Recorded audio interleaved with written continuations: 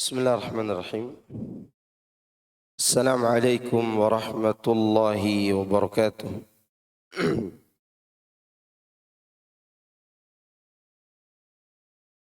Innal hamdalillah nahmaduhu wa nasta'inuhu wa nastaghfiruh wa na'udzu billahi min shururi anfusina wa min sayyiati a'malina. May yahdihillahu fala mudilla lahu wa may yudlil fala hadiya lahu. وأشهد أن لا إله إلا الله وحده لا شريك له وأشهد أن محمدا عبده ورسوله صلى الله عليه وعلى آله وأصحابه أجمعين وسلم تسليما كثيرا مزيدا. أما بعد، يا أيها الذين آمنوا اتقوا الله حق تقاته ولا تموتن إلا وأنتم مسلمون. فإن أصدق الحديث كتاب الله وخير الهدي هدي محمد صلى الله عليه وسلم وشر الأمور محدثاتها فإن كل محدثة بدعة وكل بدعة ضلالة وكل ضلالة في النار. Ikhwani fi din, a'azani Allah wa iyyakum. Alhamdulillah, kita bersyukur kepada Allah Jalla Dzikruhu atas berbagai macam nikmat yang Allah berikan kepada kita semuanya. Dan di antara nikmat tersebut adalah nikmat kesehatan dan keamanan. Dan nikmat dijauhkan dari malapetaka. Ini adalah nikmat yang sering dilupakan oleh kita, sehingga kita lalai untuk bersyukur kepada Allah Subhanahu wa taala. Di antara bukti bahwa manusia lalai mensyukuri nikmat ini, mereka tidak beribadah kepada Allah. Mereka tidak sujud, tidak ruku kepada Allah yang berikan mereka keamanan dan juga kekenyangan. Sebagaimana Allah Subhanahu wa taala menyebutkan, wa qalilum min ibadiyasy syakur, dan sangat sedikit hambaku yang mau bersyukur. Dan cara mensyukuri nikmat tersebut ya dengan cara mentauhidkan Allah, beribadah kepada Allah Azza wa Jalla. Sebagaimana Allah berfirman kepada kaum Quraisy, li'ilafi Quraisy ilafihim rihlatash shita'i was-sayf falyabudu rabb hadzal bait alladzi at'amahum min ju' wa amanahum min khauf. Karena kebiasaan orang Quraisy, yaitu mereka terbiasa melakukan perjalanan perdagangan di musim panas dan musim dingin, maka hendaklah mereka beribadah kepada Rabb pemilik rumah ini yang telah memberi mereka keamanan dari rasa takut dan kekenyangan dari rasa lapar. Jadi mensyukuri nikmat aman dan kenyang ini dengan cara falyabudu rabb hadzal bait. Itu hendaklah mereka beribadah kepada Rabb yang memiliki rumah ini, yaitu Ka'bah. Kemudian jemaah sekalian azakumullah, adapun kajian kita pagi hari ini, pagi menjelang siang ini, kita akan melanjutkan tafsir surat At-Talaq ayat 8 sampai terakhir. A'udzu billahi minasy syaithanir rajim.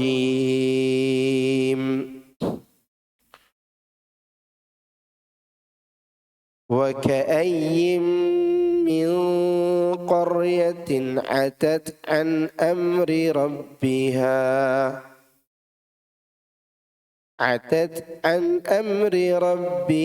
wa rusulihi فحاسبناها حسابا شديدا فحاسبناها حسابا شديدا وعذبناها عذابا نكرا فذاقت وبال أمرها وكان عاقبة أمرها خسرا أعد الله لهم عذابا شديدا فاتقوا الله يا أولي الألباب الذين آمنوا قد أنزل الله إليكم ذكرا رسولا يتلو عليكم آيات الله مبينات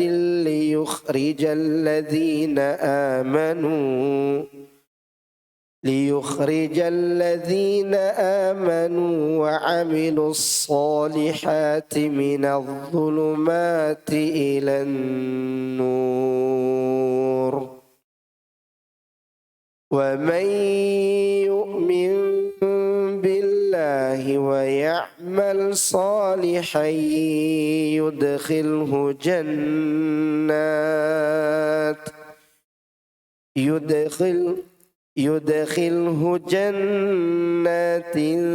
تجري من تحتها الأنهار خالدين فيها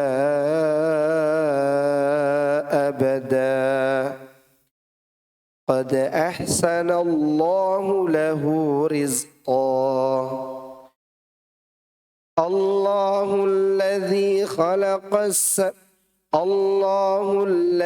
خلق سبع سماوات ومن الأرض مثلهن يتنزل الأمر بينهن لتعلموا أن الله على كل شيء قدير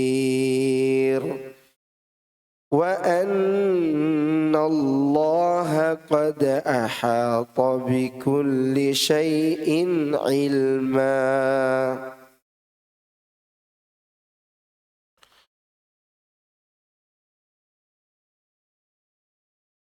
Dan berapapun banyaknya penduduk negeri yang mendurhakai perintah Rabb mereka dan Rasul-Rasulnya, maka kami akan hisab penduduk negeri itu dengan hisab yang keras.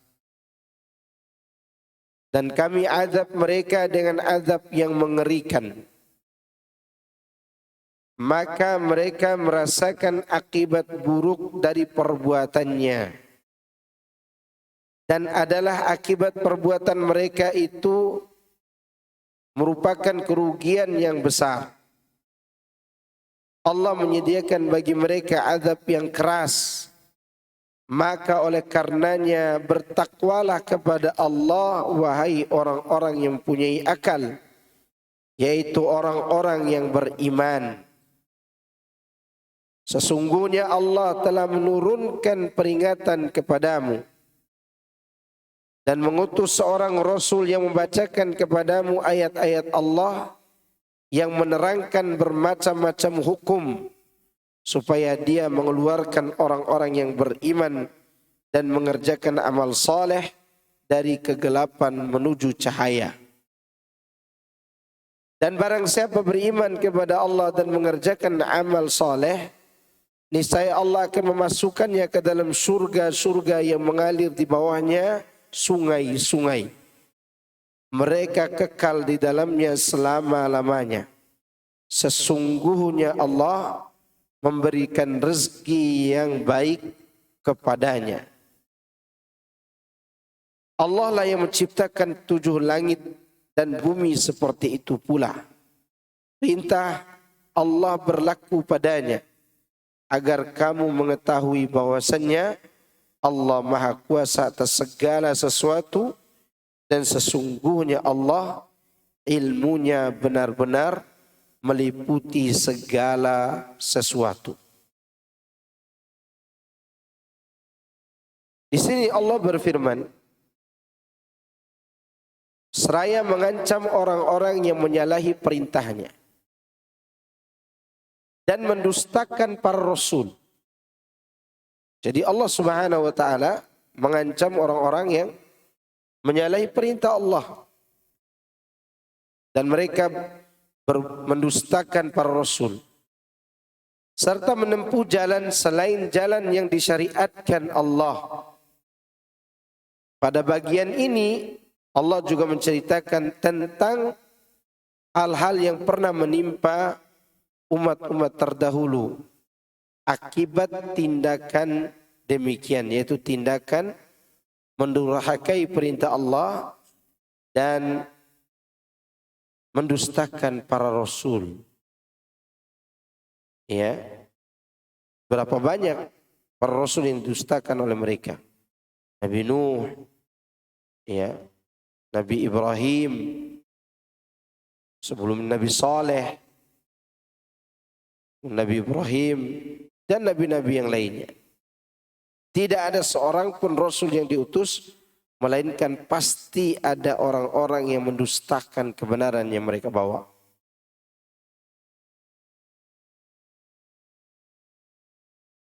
Kecuali orang-orang yang beriman yang menerima apa yang mereka bawa itu.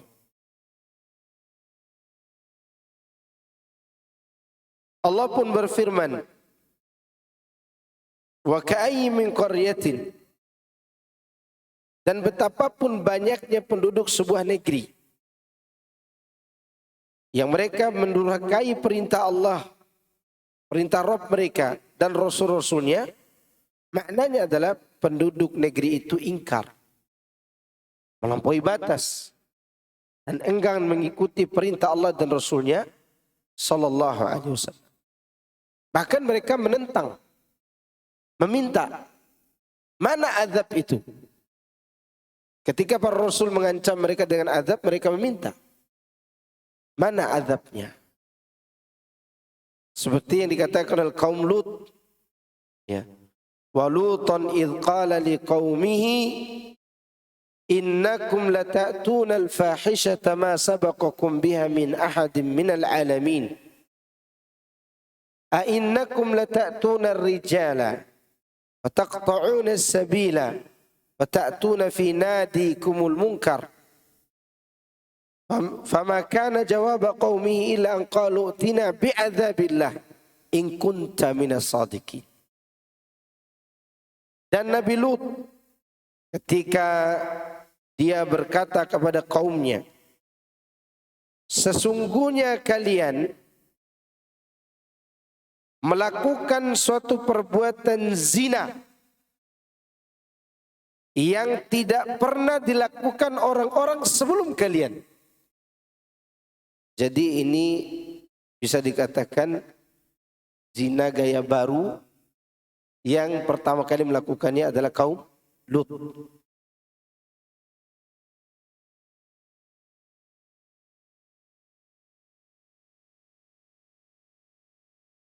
Kemudian, apakah pantas kamu mendatangi sesama laki-laki?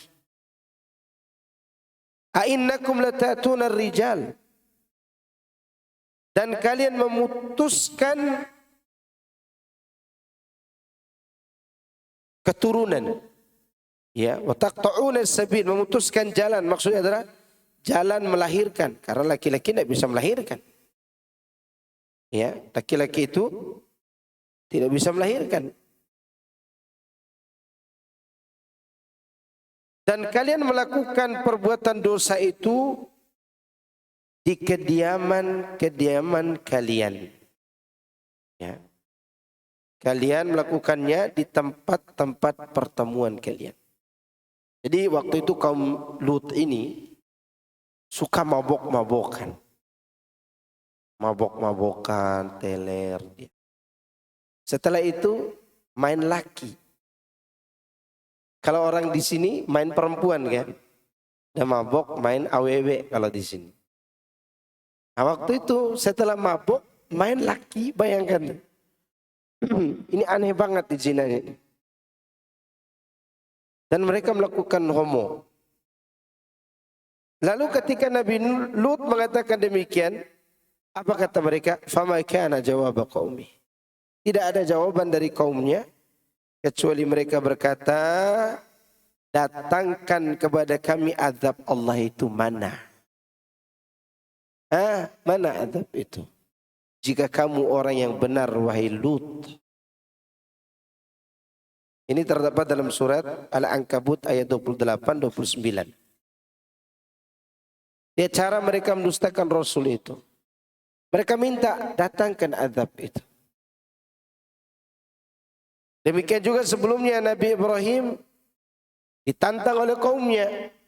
Ketika Nabi Ibrahim mengatakan, "Walladzina kafaru biayatillahi wa liqa'ihi ulaika ya'isu min rahmati wa ulaika lahum adzabun alim." Dan orang-orang yang mengingkari ayat-ayat Allah dan pertemuan dengannya, mereka berputus asa dari rahmatku dan mereka itu akan mendapatkan azab yang pedih. Lanjutannya, fama kana jawab qaumihi illa an qalu uqtuluh aw harrikuh fa anjahu Allahu minan nar. Kata Nabi Ibrahim alaihissalam, sungguhnya orang-orang yang mengingkari ayat-ayat Allah dan pertemuan dengannya, mereka berputus asa dari rahmatku dan mereka itulah yang akan mendapatkan azab yang pedih. Maka apa jawaban kaumnya? Bunuh Nabi Ibrahim itu dan bakar dia. Lalu Allah selamatkan Nabi Ibrahim dari api. Ya, ini cara mereka mendustakan para nabi dan rasul. Dan Allah mengabarkan, sehebat apapun mereka, sebanyak apapun penduduknya, Allah akan menghisapnya. Sebagaimana Allah lanjutkan, فَحَاسَبْنَاهَا حِسَابًا شَدِيدًا وَعَذَّبْنَاهَا عَذَابًا نُكْرًا. Maka kami hisab penduduk negeri itu dengan hisab yang keras, dan kami azab mereka dengan azab yang mengerikan. yakni azab yang begitu menakutkan lagi menyeramkan. Ini yang mereka dapatkan dari akibat daripada perbuatan buruk mereka. Fadzaqat wabala amriha, maka mereka merasakan akibat buruk dari perbuatannya. Maksudnya setelah penentangan yang mereka lakukan, dan mereka pun akhirnya menyesal pada saat di mana penyesalan tidak lagi bermanfaat. Ya, mereka merasakan akibat itu di mana? Di kuburan, di akhirat, selain daripada apa yang mereka rasakan di akhir hidup mereka di dunia. Berupa azab yang pedih, ada yang ditenggelamkan di dalam laut, ada yang ditenggelamkan di dalam bumi, ada yang dihantam halilintar, ada yang dihantam oleh angin puting beliung atau angin-angin besar yang mengerikan dan sangat menakutkan. Itu dunianya.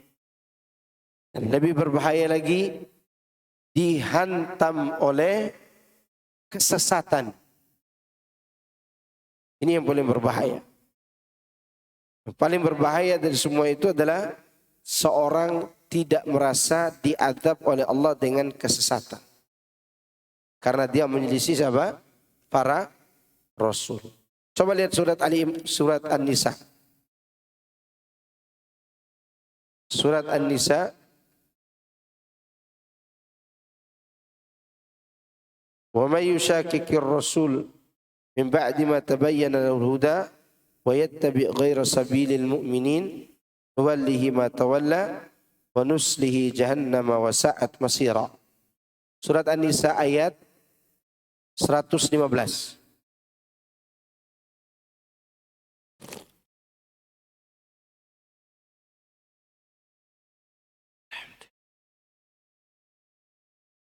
Yang artinya, dan barang siapa yang menentang Rasul. Rasul dimaksud di sini siapa? Muhammad sallallahu alaihi wasallam. Setelah jelas baginya petunjuk. Petunjuk ini maksud apa?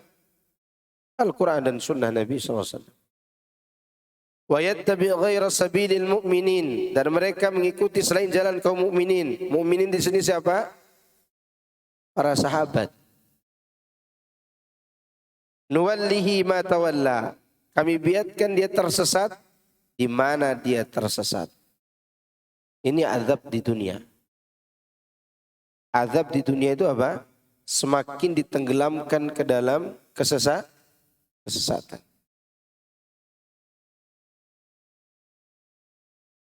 Wa nuslihi jahannam wa sa'at masira, dan kami masukkan dia ke dalam neraka jahannam, dan itu seburuk-buruk tempat kembali. Inilah azab akhirat. Di dunia diazab dengan apa?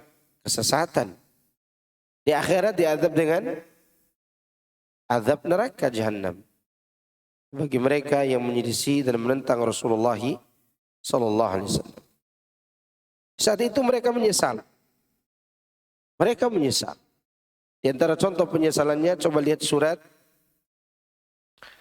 Al-Furqan, di awal-awal surat Al-Furqan. Wa yawma ya'addu adh-dhalimu 'ala yadayhi yaqulu ya laitani ittakhadhtu ma'ar rasuli sabila. Ya wailata laitani lam attakhidh fulanan khalila. Qad adallani 'anil dhikri ba'da idh ja'ani wa kana syaitan lil insani khadhula. Dia surat Al-Furqan ayat 27. Surah Al-Furqan ayat 27. Wa yauma ya'addu adh-dhalimu, dan ingatlah pada hari ketika orang zalim menggigit kedua jari jemarinya. Orang zalim di sini ditafsirkan oleh Syekh Sa'di rahimahullah, yaitu pelaku kesyirikan dan pelaku bid'ah. Siapa dia? Pelaku kesyirikan dan pelaku bid'ah. Ini menurut tafsir Syekh Sa'di dalam tafsir Taisirul Karimur Rahman fi tafsir Kalamil Mannan. Dan ingatlah pada hari ketika orang-orang zalim menggigit kedua jarinya, menyesali perbuatannya, seraya berkata, wahai, maksud wahai di sini adalah aduhai, alangkah indahnya, alangkah baiknya sekiranya dulu aku mengambil jalan bersama Rasul. Nyesal gak dia? Nyesal. Ya. Lanjutan di ayat 28. Wahai celaka aku, sekiranya dulu aku tidak menjadikan si fulan teman akrabku. Maksud di sini adalah teman di mana dia mengikuti, mencontohi di dalam berideologi, berkeyakinan dan beragama. Ini yang dimaksud. Lalu dia katakan lagi, sungguh dia telah menyesatkan aku dari peringatan Al-Quran ketika Al-Quran itu telah datang kepadaku, dan setan memang mengkhianati manusia. Ini penyesalan orang-orang yang tidak mengikuti siapa? Rasulullah sallallahu alaihi wasallam. Oleh karena itu penyesalan pada saat itu tidak berguna.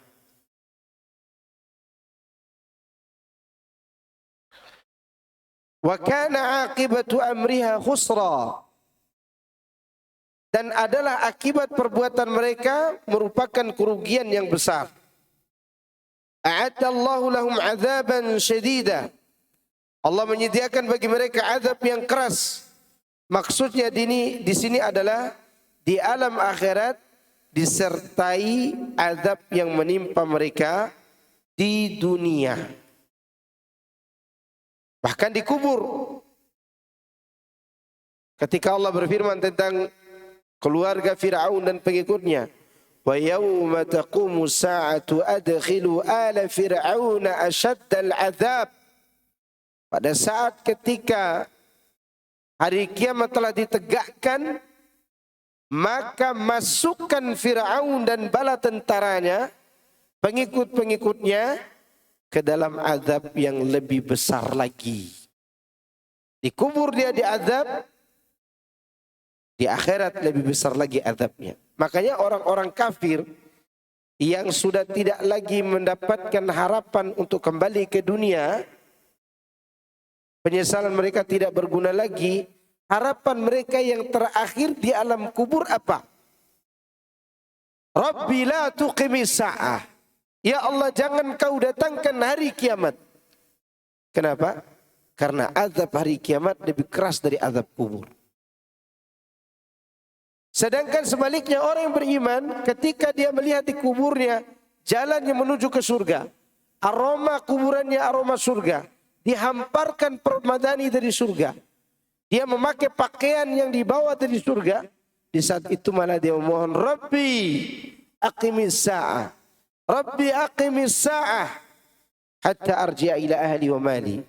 Ya Rabbku, segera datangkan hari kiamat, segera datangkan hari kiamat, agar aku bisa kembali berkumpul bersama keluargaku dan juga hartaku. Di mana? Di surga. Itu dia. Makanya mereka mendapat azab bukan hanya di akhirat, mulai dari dunianya, kuburnya, dan juga apa? Akhirat nanti. Ya, banyak orang-orang yang sebenarnya saat ini mereka dengan kekayaannya mereka tersiksa. Banyak orang-orang seperti itu. Kata orang Islam yang mereka jauh dari Allah Subhanahu wa taala, atau mereka beribadah kepada Allah tapi masih bergelimang maksiat, tidak tenang jiwa itu. Karena ada sisi menyelisihi Allah dan Rasulnya SAW. Seberapapun besarnya kita menyelisihinya, sebesar itu pula kegundah gulanaan dalam hati kita. Tersiksanya jiwa. Lihat Fir'aun, dia mengaku sebagai Tuhan, tapi takut sama anak kecil. Kalau raja yang kuat, dia akan mencari raja yang sepadan dengannya untuk apa? Berperang.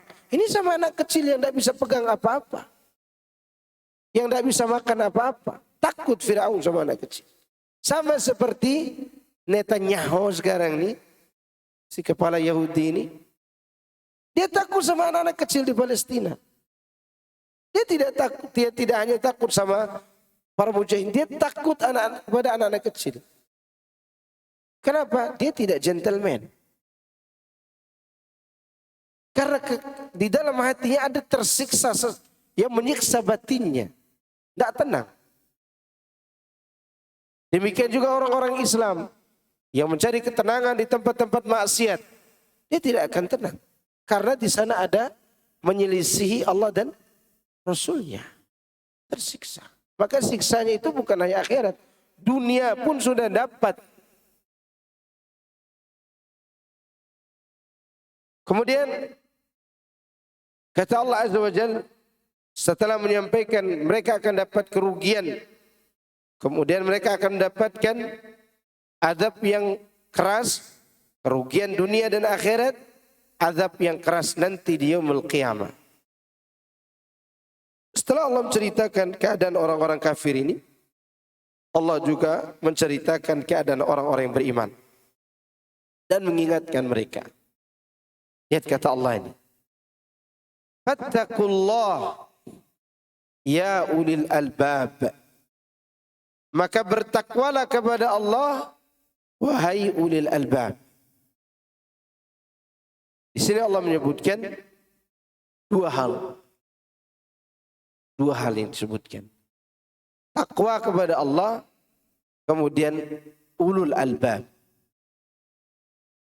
Takwa itu akan hadir dari jiwa yang bersih.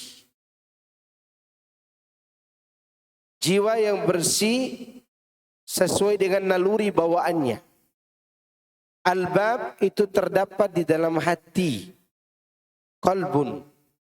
Albab ini artinya jamak dari lubbun, yang maknanya adalah isi yang terkandung di dalam jantung. Di jantung itu terdapat akal. Di dalam akal itu ada sifat namanya lubbun. Lubbun inilah disebut dengan sifat lurusnya akal. Kalau manusia memiliki akal ini dan disertai dengan jiwa yang bersih, maka akan sejalan kecerdasannya. Dan dia akan menjadi orang yang bertakwa, yang soleh, dan dia akan menjadi orang yang memiliki budi pekerti yang baik. Ini ketika berkumpul kecerdasan ini. Karena manusia itu punya 3 potensi kecerdasan kalau dirawat dengan baik. Kata para ahli ilmu, yang pertama kecerdasan fitrah yang kita bawa waktu lahir. Yang kedua kecerdasan akal yang kita dapat di saat kita mulai belajar mengetahui sesuatu. Dan itu akal yang berfungsi. Kemudian kecerdasan nafsu, hawa nafsu, ya. Dan ini kalau tidak dirawat, maka hawa nafsu kita akan liar. Kalau dia sejalan, maka pelakunya akan menjadi apa? Orang yang bertakwa yang memiliki akal yang lurus. Maka Allah memanggil mereka, bertakwalah kepada Allah wahai orang-orang yang punya akal yang lurus. Albab itu akal yang lurus. Maksudnya pemahaman yang benar dan lurus. Dengan kata lain, janganlah kalian menjadi seperti mereka. Hai orang-orang yang berakal lurus, sehingga kalian akan tertimpa apa yang dahulu menimpa diri mereka. Orang-orang itu cerdas juga akalnya, tapi tidak lurus. Orang kafir itu cerdas nggak akalnya? Cerdas, tapi tidak lurus. Karena mereka tidak bisa menyambungkan antara kebersihan jiwa dan kelurusan akal. Sehingga tubuh tunduk kepada kemungkaran. Nalurinya, fitrahnya pasti bertentangan dengan kesesatan yang mereka lakukan. Karena naluri itu berada di dalam ruh manusia atau jiwa manusia yang mereka bawa dari Allah Subhanahu wa taala.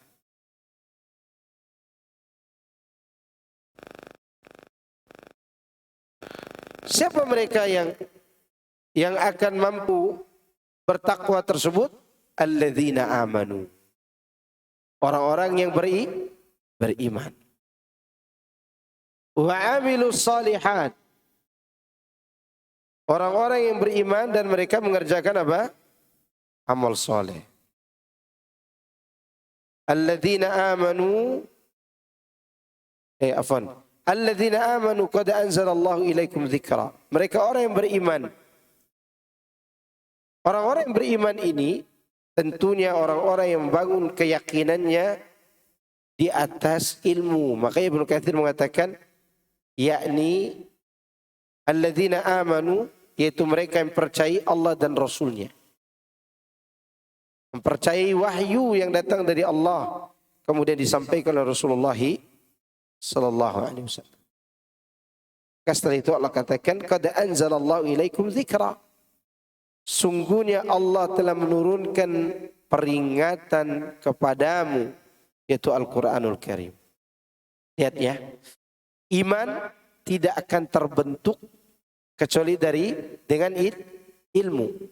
Dan ilmu tidak akan benar kecuali kita harus ambil dari wahyu. Maka kalau orang-orang yang beriman mati, ketika ditanya tentang Tuhannya, agamanya, dan Rasulnya, dia bisa jawab. Apa pertanyaan berikutnya?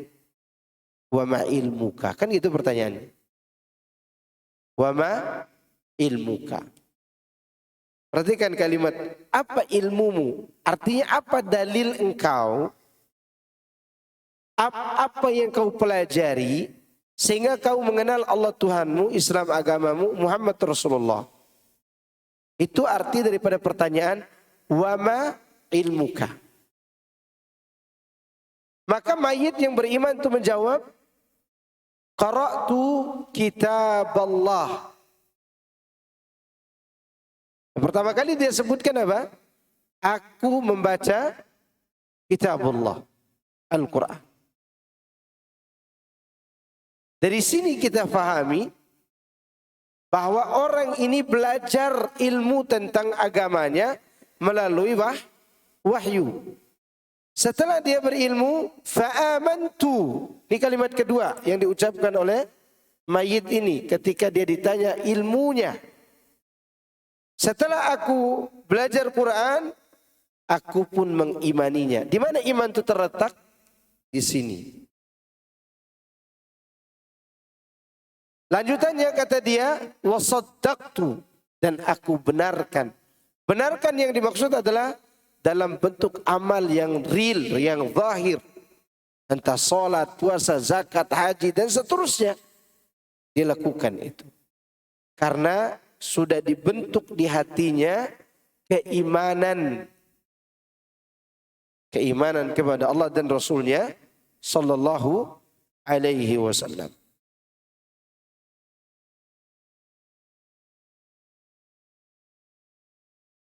Oleh karena itu Allah katakan, sungguh kami telah menurunkan kepadamu peringatan, yaitu Al-Quran.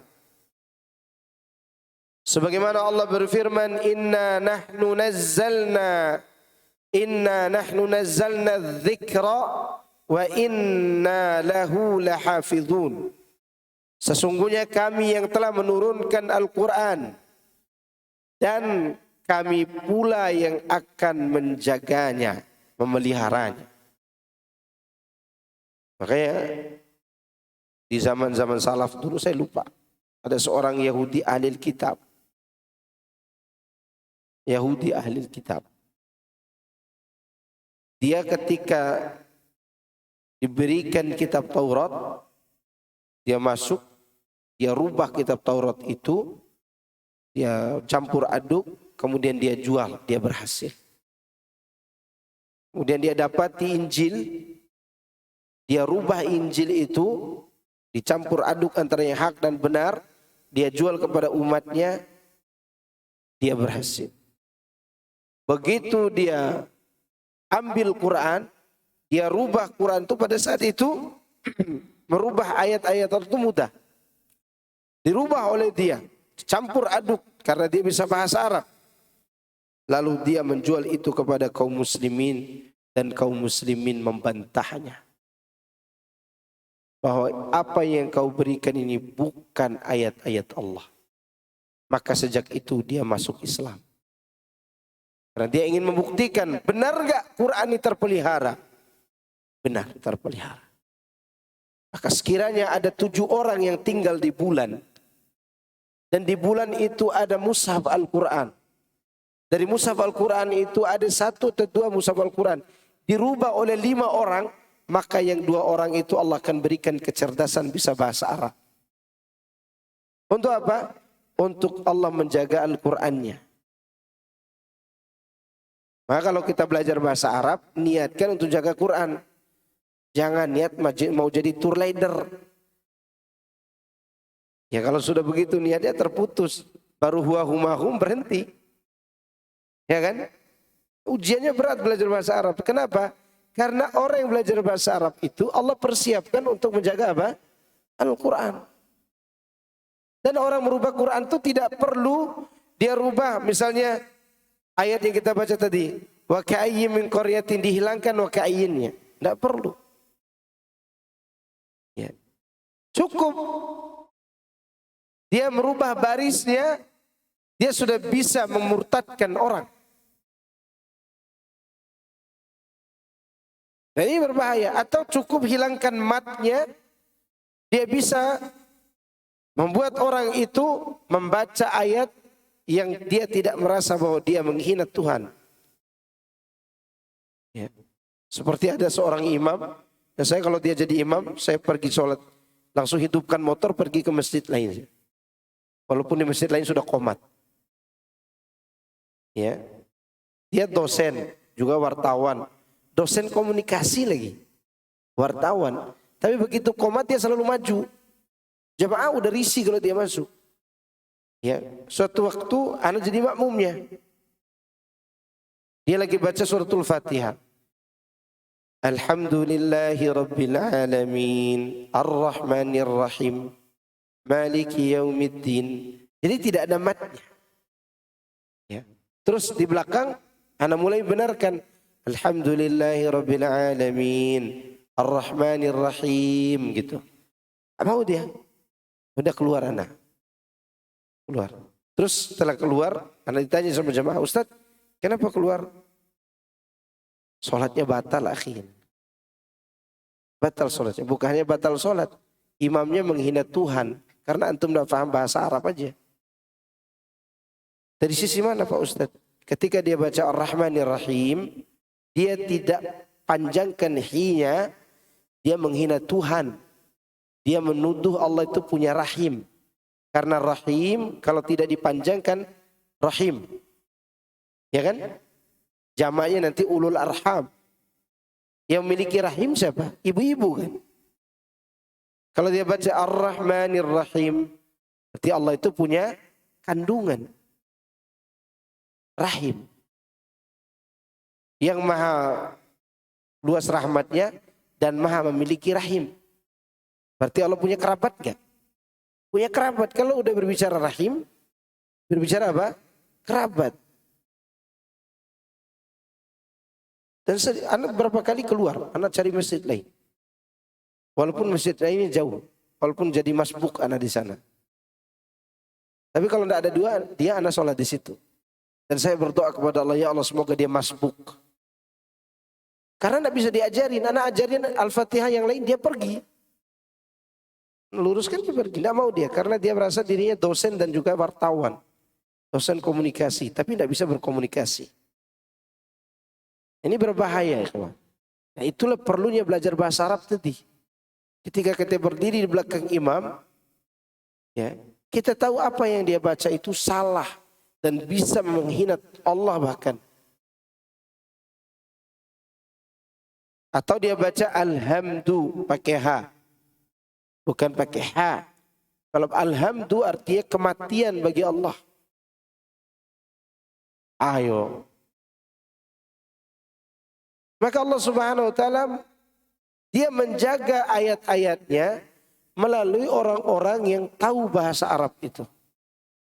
Sekiranya di pucuk gunung Papua itu ada orang Islam ya bersama KKB-nya 7 orang atau 8 orang dan di situ ada Quran dan mereka berencana merubahnya, mereka akan dibuat oleh Allah bisa bahasa Arab. Bagaimana caranya? Entah mereka turun gunung, naik gunung, itu urusan Allah Azza wa Jalla. Kenapa? Karena Allah akan menjaga terus kitab suci.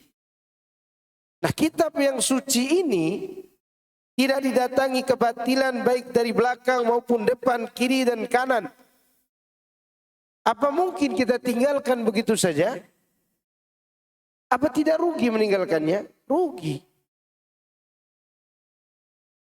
Makanya kata Syekh Shalih Fauzan Al-Fauzan hafizahullah taala, kalau mau melihat sebuah negara disiksa oleh Allah karena mereka tidak berhukum dengan hukum Allah ini, lihat bagaimana mereka tersiksa dengan hukum yang mereka buat sendiri.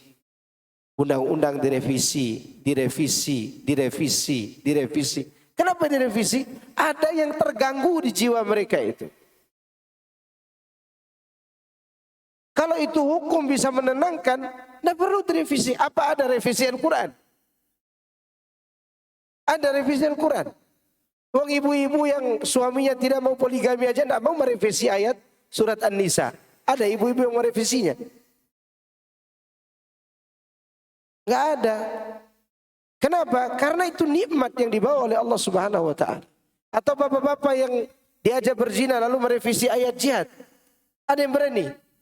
Enggak ada. Kalau ayat jihad dihilangkan, kita diinjak-injak oleh musuh. Matilah kita semua. Jadi ayat-ayat Al-Quran ini betul-betul dijaga oleh Allah. Kenapa? Untuk menjaga kita. Untuk menjaga manusia. Maka oleh karena itu Allah katakan, Inna nahnu nazzalna dzikra wa inna lahu lahafidhun. Ya, sebagaimana dulu pernah kami di waktu santri, di awal kami masuk pondok, kami dapat mushaf dari donatur, banyak mushafnya. Begitu datang mushaf itu dan diberikan kepada kami, padahal kami baru belajar bahasa Arab. Begitu kita buka lembaran-lembaran Quran, ada yang janggal ini. Lalu kita bawa ke mudir, ke ustaz, benar, banyak yang dirubah. Maka Quran yang jenis itu dikumpulkan dan diperiksa, akhirnya tidak disebarkan lagi. Demikian juga saya temukan di Puspitek. Waktu saya ngajar di Puspitek dulu, jadi di raknya itu ada Quran. Saya ambil satu sebelum zuhur, anak hadir terus baca Quran. Ada yang ganjal nih. Maka beberapa Quran saya periksa, oh iya, banyak yang salah di dalamnya. Baik salah cetak, salah pembuatan baris, nambahnya banyak juga. Maka waktu itu akhirnya kita kumpulkan lagi itu Quran. Ternyata banyak tersebar di mana-mana. Oleh karena itulah kita semangat belajar bahasa Arab. Cuman semangatnya hari pertama, hari keduanya lapar, hari ketiganya maaf Pak Ustadz, lagi sibuk gitu. Aja di belajar bahasa Arab tuh. Ya udahlah, Allah akan pindahkan ke orang lain berarti. Rugilah antum. Ya. Taib, lanjut. Rasulun yatlu alaikum ayatillah mubayyinat. Dan dia mengutus seorang Rasul yang membacakan kepadamu ayat-ayat Allah yang menerangkan kebenaran. Ya. Sebagian ulama menjelaskan kata Rasul menjadi mansub berbaris fathah dalam posisinya sebagai badal istimal dan mulabasah, kata ganti yang saling berkaitan antara lafaz dzikra dan Rasulnya. Karena Rasul yang menyampaikan peringatan tersebut. Artinya begini. Qad anzalna ilaikum dzikra. Sungguh Allah telah menurunkan kepada kalian dzikra, yaitu Rasul. Itu seharusnya terjemahan harfiahnya, mengikuti gaya bahasanya. Tapi kalau mengikuti terjemahan tafsiriahnya, yaitu dia mengutus Rasul untuk membacakan peringatan tadi. Itu makna tafsiriahnya. Makna tafsirnya. Tapi kalau makna susunan bahasa ini namanya badal mulabasah. Badal yang beda penggantinya. Ini pengganti zikrul itu apa? Rasul. Beda. Ini Quran, ini Rasul. Tetapi saling berkaitan. Apa kaitan Quran dengan Rasul? Quran diturunkan oleh Allah, yang membaca siapa? Rasul. Itu maksudnya. Maka dalam bahasa Arab ini disebut dengan badal mulabasah atau istimal. Ya. Ibnu Jarir mengatakan yang benar bahwa Rasul adalah penerjemah Al-Quran, yakni penafsiran bagi isi Al-Quran. Maka itu Allah berfirman, Rasulan yatlu alaikum ayatillahi mubayyinat. Dan mengutus seorang Rasul yang membacakan kepadamu ayat-ayat Allah yang menerangkan. Maksudnya dengan kondisinya yang jelas, nyata dan gamblang. Maka ahli bahasa di zaman Rasulullah SAW tidak bisa mengalahkan penjelasan Al-Quran. Lebih lagi yang menjelaskannya ini orang yang tidak bisa baca dan tidak bisa menulis. Jadi yang dia baca ini jelas dan gamblang. dan tidak ada, dan beliau tidak bisa baca dan menulis. Dan ini adalah dalil yang kuat bahwa beliau seorang utusan Allah.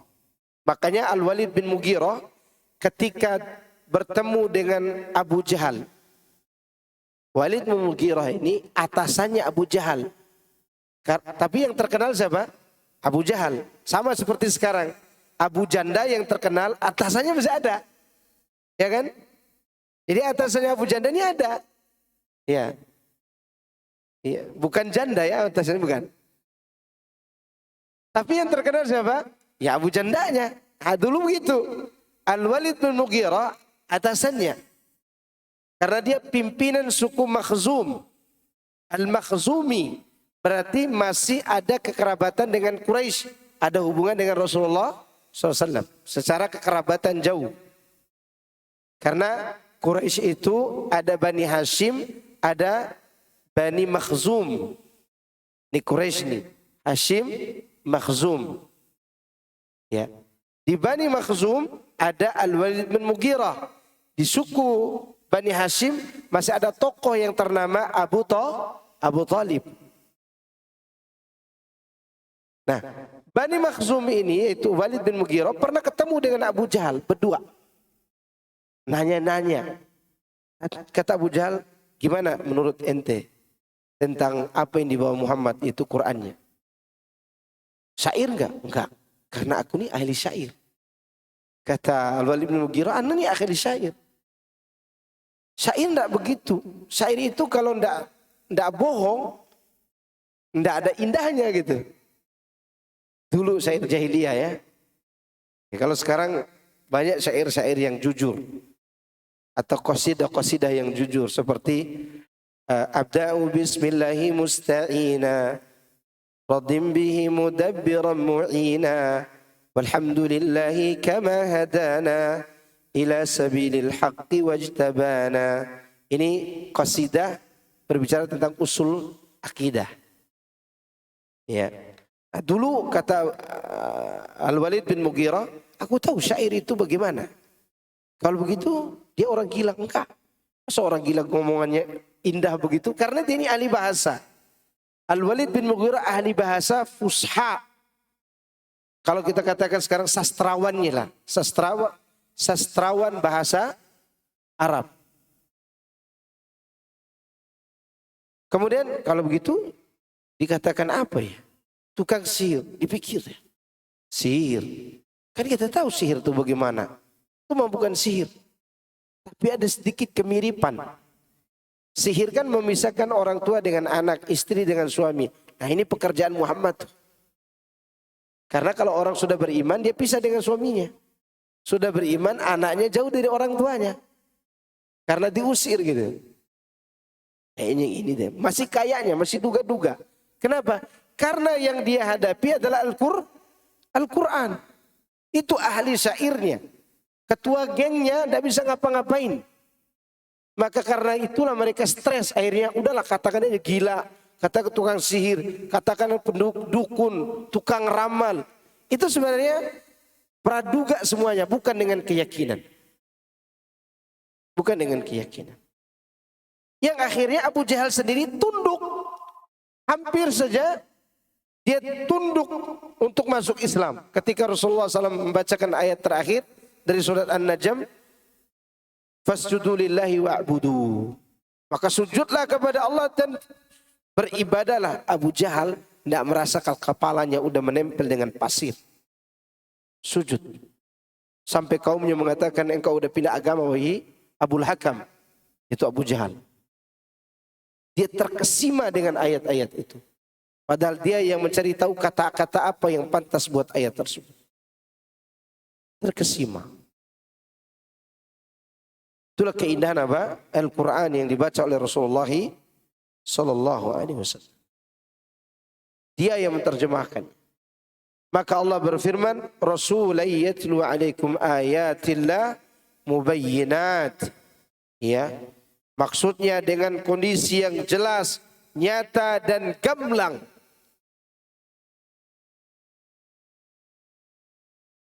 Liyukhrijal ladzina amanu wa 'amilus shalihat minadh dhulumati ilan nur. Agar orang-orang yang beriman, agar Allah mengeluarkan orang-orang yang beriman dan beramal soleh dari kegelapan kepada cahaya. Ada cerita tentang jin-jin sebelum kita baca tafsir ini. Masih berkaitan dengan Quran. Dulu sebelum Allah turunkan Quran, jin-jin itu naik dia ke atas curi berita langit. Mudah. Begitu pertama kali mereka begitu pertama kali Allah turunkan Quran, mereka naik lagi, itu langit udah tertutup. Nggak bisa lagi mereka curi berita langit. Udah nggak bisa lagi. Mereka dengar berita langit tidak bisa. Karena tertutup. Disebabkan turunnya Al-Quran, dimuliakannya Al-Quran. Ini mereka diberitahu bahwa tertutupnya pintu langit ini karena ada sebuah kitab yang diturunkan. Jin-jin ini tadinya jahat. Maka turunlah mereka cari tahu kitab itu di mana dibacakan. Ternyata dibacakan oleh Rasulullah SAW. Nah, ketika jin-jin menjadi intelijen ya, mencari tahu di mana kitab itu diturunkan, maka mereka pun mendatangi Rasulullah SAW yang sedang membacakan ayat-ayat Al-Quran itu. Karena kedatangan jin itu Allah beritahukan kepada Nabi bahwa jin datang untuk mendengarkan Quran. Maka turunlah surat Al-Jin. Surat apa? Al-Jin. Qul uhiya ilayya annahu istama'a nafarun minal jin faqalu inna sami'na Qur'anan ajaba. Sampai jin begitu. Masya Allah. Katakan telah diwahyukan kepadaku bahwasannya sekelompok dari jin mereka mendengarkan dengan baik, istama'a, dengar dengan baik, sengaja datang mendengar, bukan karena tidak sengaja. Sengaja mau datang dengar. Seperti antum datang dari rumah mau datang ngaji. Beda dengan orang yang mungkin dia driver atau Grab duduk di masjid, ada kajian kayaknya. Ini namanya sam'un, yasma'u. Ya. Bisa saja dia sengaja datang, bisa saja dia tertarik karena dengar gitu. Dengar padahal awalnya dia tidak ada tujuan. Kalau istama'a memang dia tujuannya untuk mendengar. Udah dia rencanakan datang mendengar. Begitu dia dengar, apa kata mereka? Faqalu inna sami'na Qur'anan ajaba. Mereka mengatakan sesungguhnya kami mendengar bacaan yang sangat menakjubkan. Yahdi ila rusdi fa'amanna bihi. Lihat. Dia mengajak kepada kelurusan dan kami beriman dengannya. Maka jin-jin itu pun beriman. Luar biasa. Jin-jin itu cepat memahami. Cepat memahami. Maka mereka beriman. Keindahan Quran. Siapa yang baca tadi? Muhammad sallallahu alaihi wasallam. Ini menunjukkan tidak ada rasul di kalangan jin. Rasul itu dari manusia. Mungkinkah jin datang belajar sama kita saat ini? Mungkin. Cuman dia tidak berani colek antum. Kalau dia colek antum lari semua dari masjid. Mungkin. Karena di antara mereka ada yang baik, ada yang soleh, ada yang muslim. Ya. Hanya saja kita tidak berani mengatakan jamaah dari kalangan jin dan manusia. Karena yang kita panggil apa yang kita lihat. Jamaah dari kalangan kaum mukminin. Mudah-mudahan mereka juga mendapatkan hidayah. Lihat. Apa tujuannya? Liyukhrijal ladzina amanu wa 'amilus shalihati minadh dhulumati ilan nur. Agar dengan penjelasan itu dia mengeluarkan orang-orang beriman dan beramal soleh dari kegelapan menuju cahaya. Sungguh Allah telah menyebut wahyu yang diturunkan tersebut sebagai cahaya. Karena di dalamnya terkandung petunjuk. Ada yang menarik di sini dari gaya bahasa ini. Lihat. Ketika Allah menyebutkan kegelapan, Allah sebutkan satu apa banyak? Coba cek itu. Zulumat. Satu apa banyak? Banyak. Ya. Banyak enggak? Banyak. Az-zulmu zulumat. Kezaliman adalah kegelapan-kegelapan. Ketika Allah sebutkan cahaya, banyak apa satu? Satu. Nur. Jamak dari nur adalah anwar. Anwarun. Kata tunggalnya nurun. Di sini Allah menggunakan anwar atau nur? Menggunakan nur. Dan ini menunjukkan jalan kebenaran hanya satu. Jalan kesesatan banyak apa sedikit? Banyak. Ya. Makanya majelis taklim sedikit. Majelis gibah yang banyak. Ya. Oleh karena itu Allah mengeluarkan orang yang beriman dan beramal soleh kepada cahaya. Sungguh Allah telah menyebut wahyu yang diturunkan tersebut sebagai cahaya. Karena di dalamnya terkandung petunjuk. Sebagaimana dia juga menyebutnya sebagai ruh. Karena di dalamnya terkandung kehidupan hati. Maka Allah subhanahu wa ta'ala berfirman, وَكَذَلِكَ أَوْحَيْنَا إِلَيْكَ رُوحًا مِّنْ أَمْرِنَا. Dan dua sifat ini digabung oleh Nabi dalam sabdanya, Anta ja'alal Qur'ana rabi'a qalbi wa nura sadri. Ya Allah jadikan Quran sebagai rabi'a qalbi. Apa rabi'? Rabi' itu sumber air hujan yang sejuk yang menghidupkan bumi. Maka Quran itu memiliki kesejukan untuk menghidupkan hati. Itulah ruh. Ruh buat hati kita adalah Quran. Apa yang akan menyempurnakan kehidupannya? An-nur, cahaya. Maka Rasulullah mengatakan, Rabi'a qalbi wa nura sadri. Dan cahaya dadaku.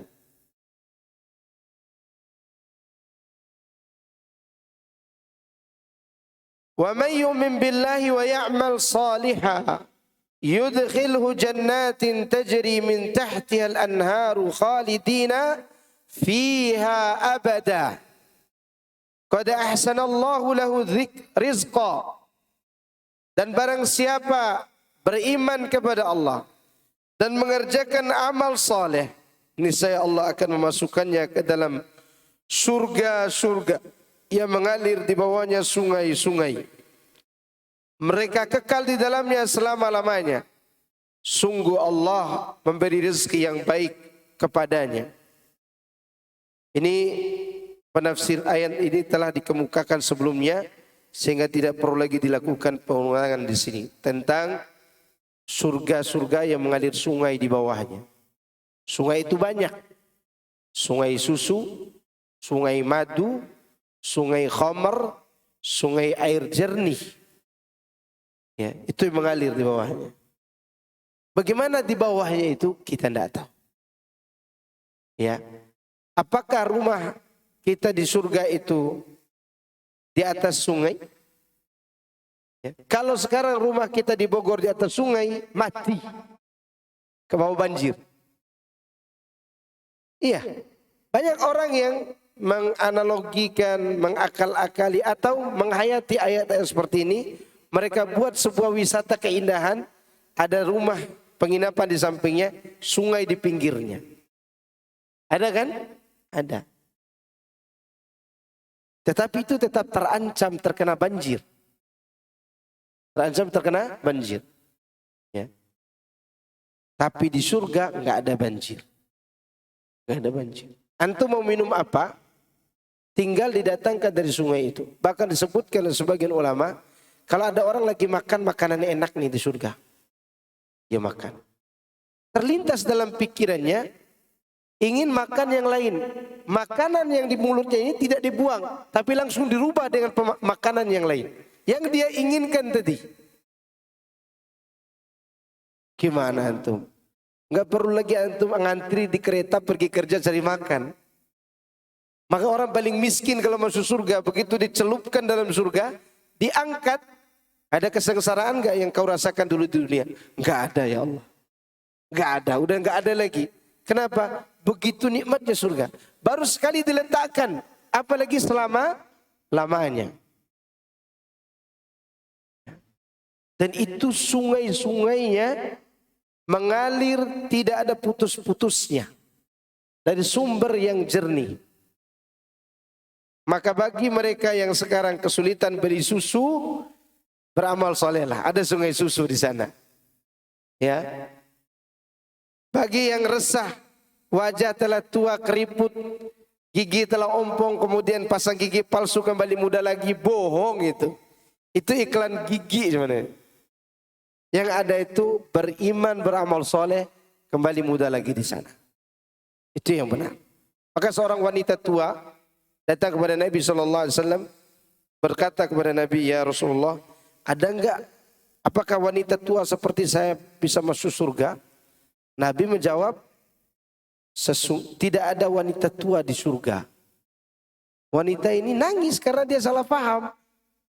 Salah paham, begitu kalau emak-emak yang nanya dan salah paham. Apalagi ini udah tua ini, tidak ngerti apa yang dimaksud Nabi. Maksud Nabi itu adalah, jika kau masuk surga, kau tidak akan tua gitu. Tidak ada orang tua di surga. Dia nangis pulang. Ditemui oleh seorang sahabat, kenapa kau nangis? Kata dia, karena Rasulullah mengatakan tidak ada wanita tua tidak masuk surga. Akhirnya sahabat ini datang, bawa lagi nenek itu depan Nabi. Sahabat ini datang, nanya kepada Nabi. Ya Rasulullah, wanita itu menangis karena kau katakan, tidak masuk surga wanita tua. Kata Nabi, bukan tidak masuk surga wanita tua. Tapi kalau dia masuk surga, dia tidak akan tua gitu maksudnya. Maka diberitahukanlah kepadanya dan dia pun gembira. Itu nikmat surga itu. Luar biasa surga itu, luar biasa. Gak ada keindahan yang tidak dinikmati oleh seorang. Maka kalau ada yang mengatakan, Ustaz, di surga semua yang kita inginkan kita dapatkan. Iya betul.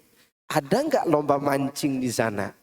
Pertanyaan terbaliknya adalah, apakah lomba mancing bisa menyamai nikmatnya surga? Ayo. Kalau tidak ada penjelasan, tidak perlu dijawab. Yang jelas di surga apa saja antum inginkan, itu akan Allah berikan. Buah bidaranya saja, ini buah bidara ya. Kata disebutkan dalam tafsir At-Tabari, bidaranya, ini bidara, tahu bidara? Yang buahnya sepat, kecut, ya kan? Buah bidaranya kata Imam Tabari, dibawakan oleh beliau tafsir dari para tabi'in, buahnya 20 macam bentuknya, 20 warna, 20 rasa, 20 wangi. Gimana dengan yang lain? Itu baru buah bidara. Ya. Dan tidak ada yang membosankan di dalam surga. Tidak ada. Dan sudah tidak ada lagi emak-emak yang omeli suaminya tanpa ada uang belanja. Tenang, di sana tenang semuanya. Makanya kita diuji di dunia ini. Kenapa kita diuji? Karena hadiahnya bukan kulkas bekas, bukan. Hadiahnya adalah tempat kekekalan selama-lamanya. Kekekalan untuk selama-lamanya. Kemudian selanjutnya ayat terakhir dari surat At-Talaq. Ini berbicara tentang sifat Allah Subhanahu wa taala yang wajib kita kenali. Dan ayat ini juga menjelaskan tentang tujuan penciptaan alam semesta.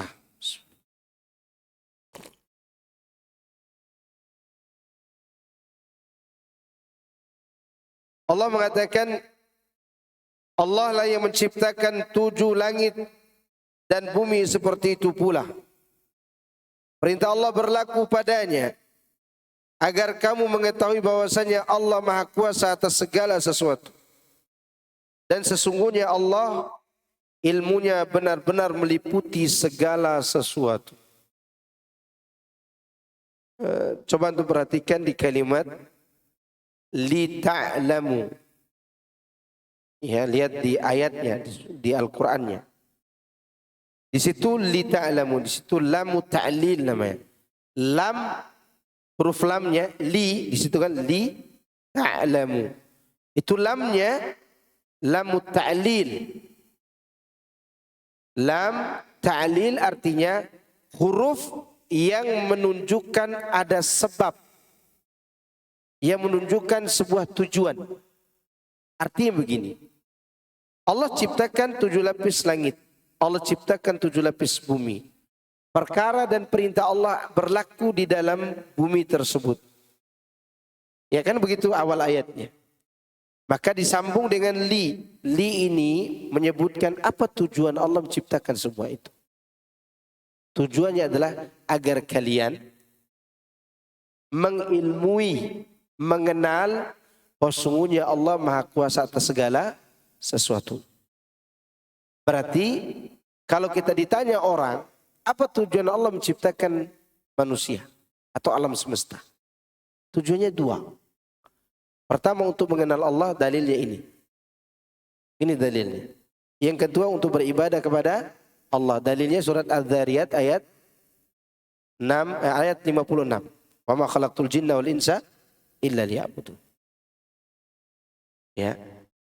Seulangi, jika kita ditanya orang, apa tujuan Allah menciptakan alam semesta dan manusia? 2 tujuan. Pertama agar kita mengenal Allah, kedua agar kita beribadah hanya kepada Allah. Dalil untuk mengenal Allah itu ini. Dan ini yang dibawakan oleh Syekh Abdul Razak dalam kitabnya Fikih Asmaul Husna. Tentang tujuan penciptaan manusia dan jin dan alam semesta. Yang punya kitab Fikih Asmaul Husna ada di rumahnya. Coba dicek kembali kitab itu. Di pembahasan awal.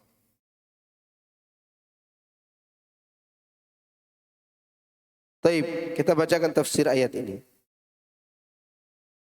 Allah berfirman seraya menceritakan tentang kekuasaannya yang sempurna dan kemampuannya yang luar biasa. yakni agar yang demikian itu menjadi motivasi untuk menjunjung tinggi agama yang telah disyariatkannya. Oleh karenanya Allah katakan Allah yang menciptakan 7 langit. Yang demikian ialah sama sebagaimana Allah berfirman yang menceritakan tentang Nabi Nuh alaihissalam saat dahulu dia berkata tegas kepada kaumnya, alam tarau kaifa khalaqallah sab'a samawatin tibaqa. Tidakkah kamu melihat bagaimana Allah menciptakan 7 lapis langit yang kokoh bertingkat-tingkat. Tibaqa bertingkat-tingkat. Tingkat bertingkat-tingkat itu kan ada beberapa jenis. Tingkat-tingkat itu bisa nempel atau tingkat-tingkat itu ada ruang. Ada ruang pada nempel. Kan ada roti lapis, ada enggak? Roti lapis nempel enggak? Nempel. Kalau begini bukan lapis namanya, lepas. Ya. Udah lapis begini. Nah sekarang pertanyaannya, apakah lapisan langit itu nempel atau ada ruang? Ada ruang. Dan setiap lapisan ini tidak pernah disebutkan ada tiang. Bahkan Allah tegas mengatakan tidak memiliki apa? Tiang. Kokoh lagi. Itulah bangunan yang menakjubkan itu. Di antara bangunan-bangunan yang kita lihat yang paling menakjubkan adalah bangunan langit. Dan semua mengabarkan betapa maha kuasanya Allah Azza wa Jalla. Sama halnya pula dengan firman Allah, tusabbihu lahu sab'us samawat. Tusabbihu lahu samawatu sab'u wal ardu wa man fihinna. Langit yang 7, bumi dan semua yang ada di dalamnya bertasbih kepada Allah. Semua bertasbih. Antum masih ingat kisah Nabi Yunus tenggelam dalam ikan paus? Ketika dia sadar, dia kira dia sudah di alam kubur. Digerak-gerakinnya kakinya itu, masih hidup. Setelah itu dia mendengar menakjubkan di dasar laut itu, semua yang ada di laut itu bertasbih kepada Allah. Ya. Kita yang punya akal mulut ini jarang bertasbih. Ya enggak? Jarang bertasbih. Tapi malaikat, tapi seluruh yang ada dalam lapisan bumi dan juga di langit, semua bertasbih kepada Allah. Nah, pertanyaannya adalah, ini bagus nih pertanyaan. Karena antum yang nanyakan anak, sekarang nanya antum. Apa hikmah Allah mengabarkan semuanya ini bertasbih kepada Allah? Satu aja. Semua bertasbih kepada Allah. Hatta malaikat pemikul arsy, dia bertasbih kepada Allah. Apa hikmah? Apa pesan moral yang diberitahukan yang tidak tersurat ini? Yang hanya tersirat.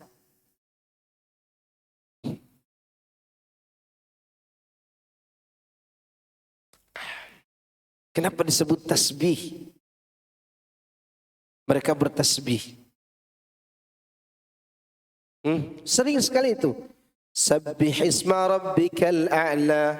Sabbaha lillahi ma fis samawati wa ma fil ardh. Yusabbihu lillahi ma fis samawati wa ma fil ardh.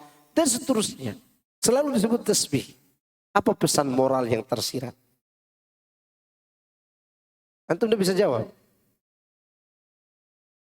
Nah, satu antum. Walaupun salah dijawab. Kalau enggak, anak bangun, anak pergi ini. Hah? Agar manusia bertasbih. Walaupun jawabannya tidak tepat, ada yang jawab.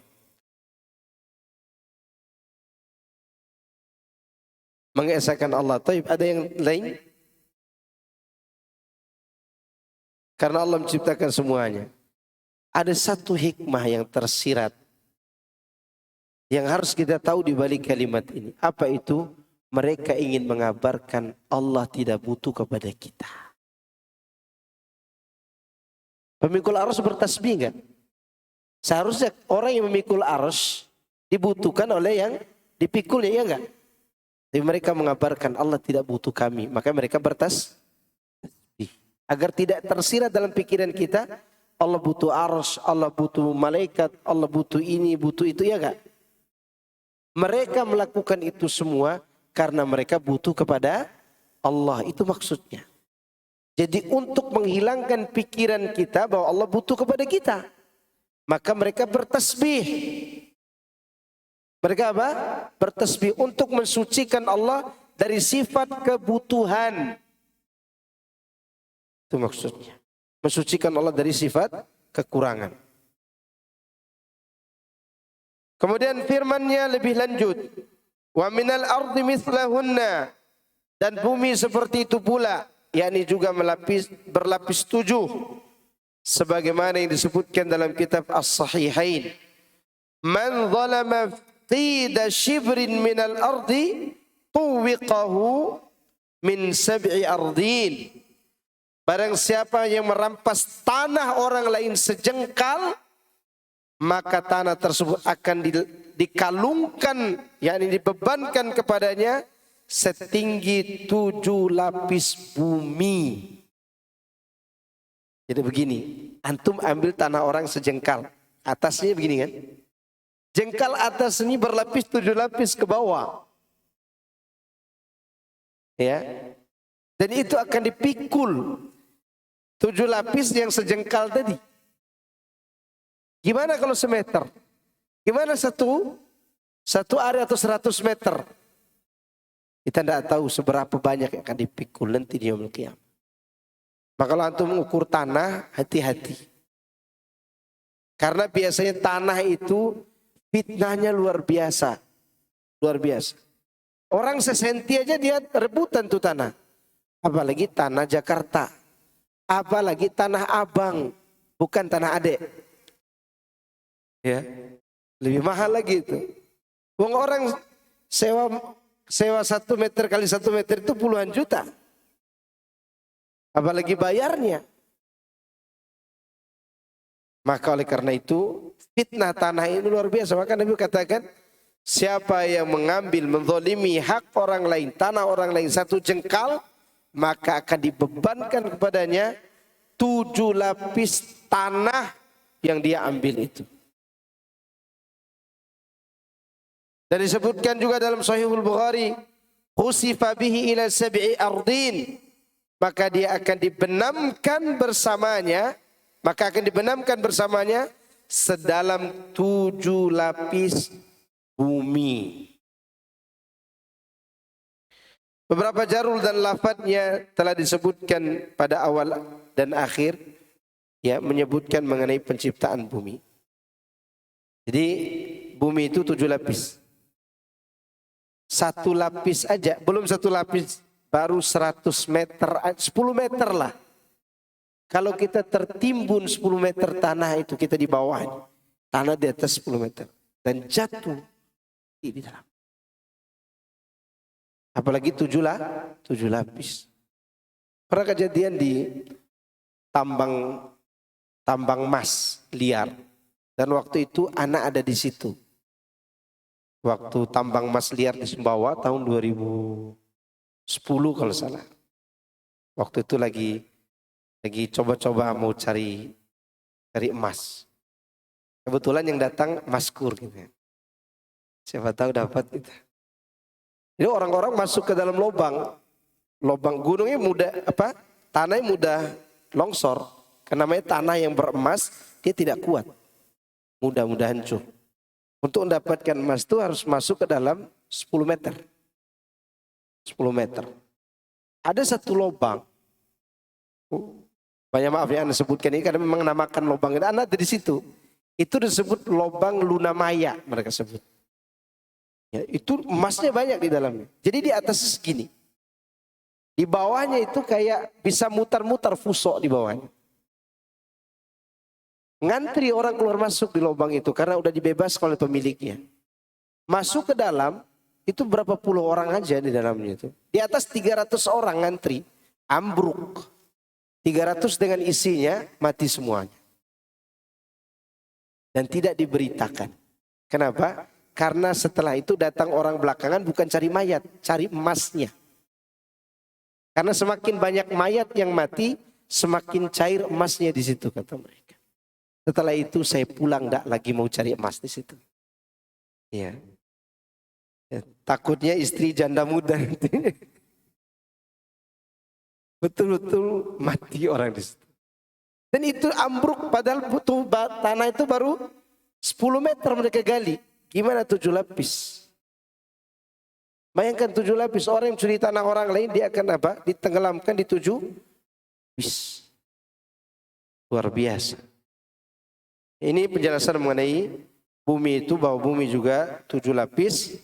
Dan semua itu tujuannya adalah agar kita mengenal kekuasaan Allah Azza wa Jalla. Saya kira cukup.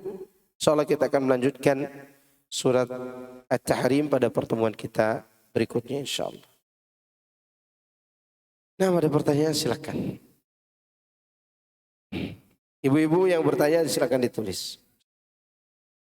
Mungkin ada yang bertanya lewat WA. Oh, enggak ada. Warahmatullahi wabarakatuh.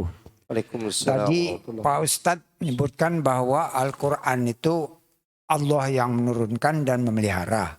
Terus pertama kali Al-Quran dibuat mushafnya oleh Utsman bin Affan.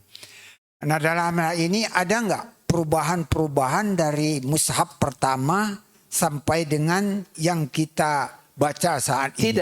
Tidak ada perubahan. Tidak ada perubahan. Tidak ada perubahan. Cuma dikumpulkan dalam satu bacaan. Karena waktu itu di dalam satu qiraat. Karena waktu itu ada beberapa qiraat yang disesuaikan dengan bahasa kabilah-kabilah yang ada di Arab waktu itu. Terus ininya Pak Ustadz, Dhammah, Kasroh itu kapan mulai ada di dalam? Di zaman Ali bin Abi Thalib. Zaman Ali bin Abi Thalib. Karena zaman Ali bin Abi Thalib sudah mulai belajar nahwu dan sorof. Nahwu sorof itu berarti menjelaskan tentang dhammah, kasrah dan fathah. Sebelumnya sudah ada, cuman tidak perlu. Maka sebelumnya ada titiknya. Bismillah itu, B-nya tidak ada titiknya. Sa-nya juga tidak ada gerigilnya. Karena para sahabat waktu itu belum butuh.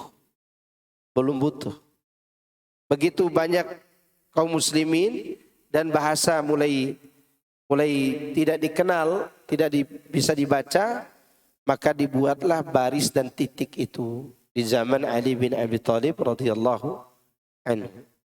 Ya. Dan itu juga tidak menyalahi syariat, tidak. Karena itu dibutuhkan. Ya. Kalau baca Quran tanpa wudu boleh atau tidak gitu? Khilaf para ulama apakah wudu itu wajib untuk orang baca Quran atau sunnah? Kalau berbicara harus ya harus. Karena dia diperintahkan kan. Tapi masalahnya adalah ketika kita tidak berwudu apakah kita berdosa baca Quran? Ada sebagian ulama mengatakan wudu bagi orang yang baca Quran wajib. Karena Rasulullah mengatakan la yamassu hadzal kitab illa tahir. Tidak boleh memegang kitab ini kecuali orang yang suci.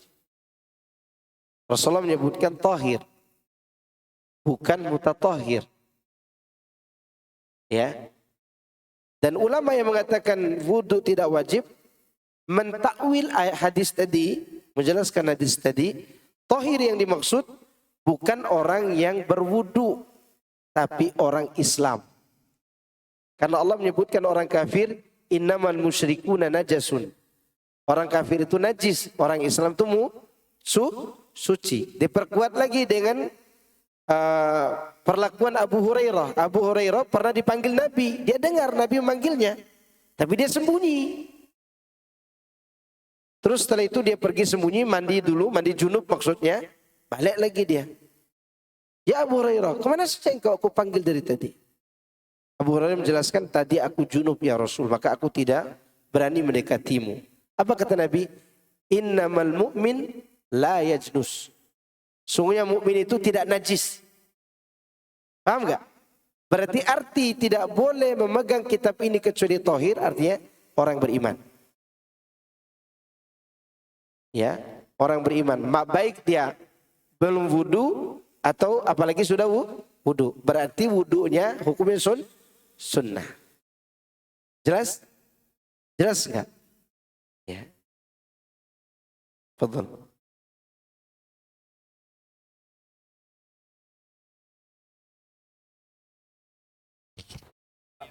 Dari kegelapan kepada cahaya. Ada cahaya. Iya.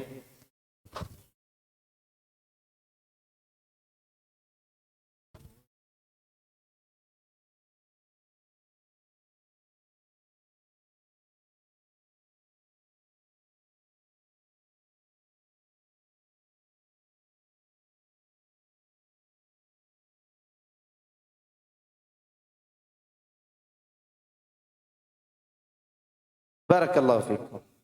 Apakah amal soleh, berbuat baik kepada mertua yang sudah tua renta termasuk amal soleh? Iya. Berbuat baik kepada mertua, apalagi yang sudah tua renta, amal soleh. Bagi laki-laki kepada mertuanya, dia amal soleh. Dia bantu orang saja amal soleh, apalagi mertuanya. Orang yang melahirkan istrinya.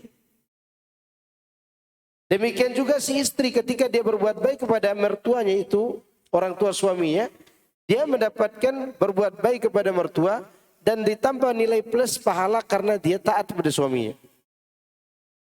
Boleh jadi si istri lebih besar pahalanya daripada suami. Kenapa? Karena dia punya niat yang terselubung. Apa itu? Agar menyenangkan juga hati suaminya. Menunaikan ketaatan dia kepada siapa? Suaminya. Tapi bukan berarti dengan ini pulang kita suruh istri kita jadi babu di rumah orang tua kita. Enggak, bukan itu maksud. Berbuat baik sewajarnya. Semampu yang dia lakukan. Entah dia bertutur kata yang baik. Atau dia ya sekedar belikan sate buat ayah ibu kita. Ya. Atau kalau dia rela untuk mengurus, dia mengurus dulu. Dengan dia yang mampu, ini hal-hal yang baik. Ya. Kemudian bagaimana anak muda yang belum berpenghasilan, dia pun belum punya apa-apa, masih membutuhkan orang tuanya, apa amal soleh yang mereka lakukan? Banyak. Dia melakukan rukun Islam, belajar agama. Karena orang tua yang baik menginginkan anaknya memiliki ilmu agama. Dia belajar itu adalah amal soleh yang luar biasa. Ya, makanya kalau ada anak-anak antum yang dimasukkan ke pondok pesantren, biarkan dia masuk pondok pesantren. Jangan tuntut dia bekerja. Ya, jangan tuntut dia cari duit. Suruh dia cari ilmu. Dan jangan sering dikunjungi. Itu bisa jadi penyakit diabetes bagi dia nanti. Maksudnya apa? Manisnya kunjungan antum akan membuat pahit ajaran ustadznya yang begitu pahit memang. Karena memang di pondok itu kami rasakan pahit memang. Jauh dari orang tua, begitu datang orang tua diremehkan ustadznya. Selalu begitu terjadi. Kenapa? Dia akan bandingkan kebaikan orang tuanya dengan apa? Gurunya. Maka kalau mau anak itu baik di pondok, biarkan dulu dia. Kunjungi sekali-kali. Biarkan dia kuat. Biarkan dia apa? Kuat. Beda dengan orang yang selalu dikunjungi, manja. Ketika jauh dari orang tuanya, dia tidak bisa mandiri. Maka biarkan mereka. Itu amal soleh buat anak-anak itu. Doa dia untuk orang tuanya juga amal soleh. Doanya itu yang terbaik. Istighfar dia buat diri dan orang tuanya juga amal soleh. Banyak sekali amal yang bisa dilakukan. Meskipun tidak bisa memberinya materi, tapi bisa memberikan kebahagiaan di sisi yang lain. Di sisi yang lain. Maka oleh karena itu Syekh Mukbil rahimahullah ta'ala, beliau hidup di tengah-tengah orang sesat di Yaman. Entah itu Syiah maupun tarekat. Dan beliau dikenal Wahabi. Dia tidak bisa dakwah Syekh Mukbil waktu itu. Tidak bisa ngapa-ngapain. Apa dia tawarkan? Dia tawarkan anak-anak tetangganya untuk diajarkan TPA. Seorang ulama besar ngajar TPA. Apa tujuannya? Tujuannya adalah anak-anak inilah yang mendakwakan orang tuanya. Diajarkan Syekh Mukbil ini ayat Al-Quran, ini makna yang seterusnya. Suatu ketika anak-anak ini mulai berubah di tengah-tengah orang tuanya. Berubah mengatakan ini perbuatan syirik, ini perbuatan khurafat di depan orang tuanya anak-anak. Orang-orang datang mau menuntut Syekh Mukbil karena anak-anak mereka sudah dirubah. Kemudian anak-anak itu juga ikut sama orang tuanya. Kata mereka bukan Syekh Mukbil yang mengajarin kami. Dibawakanlah Quran di depan orang tuanya. Nih, coba Anda baca. Bapak-bapak baca. Orang tuanya disuruh baca Quran dan disuruh memahami ayat-ayat itu, bahwa ajaran yang diajarkan Syekh ini bukan dari dia, tapi dari sini. Tentu orang Islam cinta sama Qurannya. Maka dari situlah orang tuanya mengaji. Ya. Kalau anak bisa seperti itu, hebat sekali. Hebat sekali. Dan itu amal soleh yang luar biasa. Kadang orang memikirkan amal soleh itu harus materi. Enggak. Materi itu nomor 7, nomor 8. Pertama tuh biarkan mereka dapat hidayah. Nah, ada lagi? Ada pertanyaan ini. Assalamualaikum warahmatullahi wabarakatuh. Ustaz, bagaimana tentang kosakata kami dalam Al-Quran? Inna nahnu. Itu adalah menunjukkan kemuliaan Allah. Ya, dan itu bahasanya sudah dikenal oleh semua bahasa. Seperti khatib mengatakan, kami ingin menyampaikan, padahal dia sendiri di atas mimbar. Ini bahasa sebenarnya bahasa udah biasa. Untuk penghormatan, menunjukkan kalau bagi Allah untuk keagungan dirinya. Ya. Dan juga untuk menunjukkan kehormatan dan kewibawaannya. Dan orang Arab tidak pernah mempermasalahkan kalimat ini. Abu Jahal, Abu Lahab dan seterusnya tidak pernah. Kenapa? Karena bahasa ini sudah biasa dipakai. Bahkan bahasa Ajam pun begitu. Adapun yang kami ingin sampaikan di atas mimbar ini. Berapa orang yang khutbah? 1 atau 7? 1. Sama dengan penggunaan Assalamualaikum pada 1 orang. Iya, menghormati. Gitu. Assalamualaikum. Apa bedanya mubayyinat dengan bayyinat? Karena terkadang dalam Al-Quran menggunakan mubayyinat kadang menggunakan bayinat. Mubayyinat itu kata sifat pelaku yang menjelaskan. Yang menjelaskan. Bayinat itu kata sifat buat yang dijelaskan. Yang jelas. Terkadang Allah menggunakan kata mubayyinat untuk ayatnya yang menunjukkan ayat Al-Quran menjelaskan Quran. Sehingga hasilnya apa? Bayyinat. Jelas. Ya, jelas. Setelah dijelaskan. Mubayyinat yang menjelaskan. Bayyinat yang jelas. Itu menunjukkan Al-Quran dengan Quran saling menjelaskan. Contoh. Al-Qari'atu mal-Qari'ah. Wa ma adraka mal-Qari'ah. Al-Qari'ah. Apa itu Qari'ah? Tahukah kamu Al-Qari'ah itu apa? Menurut para ahli pakar bahasa dan orang Arab paham. Qari'ah itu kalau tiba-tiba jatuh bom di mana tuh. Ini kejadian namanya Qari'ah. Mengkagetkan gitu. Itu pemahaman dari segi bahasa. Bagaimana cara Allah menjelaskan Qari'ah yang dia inginkan?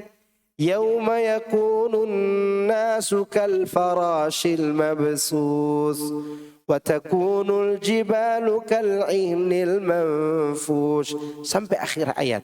Ini penjelasannya. Yang menjelaskan ayat yang Al-Qari'ah mal-Qari'ah wa ma adraka mal-Qari'ah adalah ayat keempat dan seterusnya. Ini mubayyinat. Mubayyinat sehingga Qari'ah tadi menjadi bayinat, jelas. Nah, itu dia. Ada lagi? Cukup ya? Ya, tinggal satu. Fadhal. Waalaikumsalam warahmatullahi wabarakatuh. Iya. Punten, sekiranya pada saat kita sedang membaca ayat Quran, contohnya ayat kursi, selepas sholat, tiba-tiba di mimbar itu ada yang salam, kemudian baca selawat. Apa yang tidak kita lakukan, berhenti baca ayat, membalas, atau bagaimana? Barakallahu fikum. Bagi yang baca Quran, apalagi kita tahu dia lagi baca Quran, tidak diperkenankan membawa salam kepadanya. Tidak diperkenankan.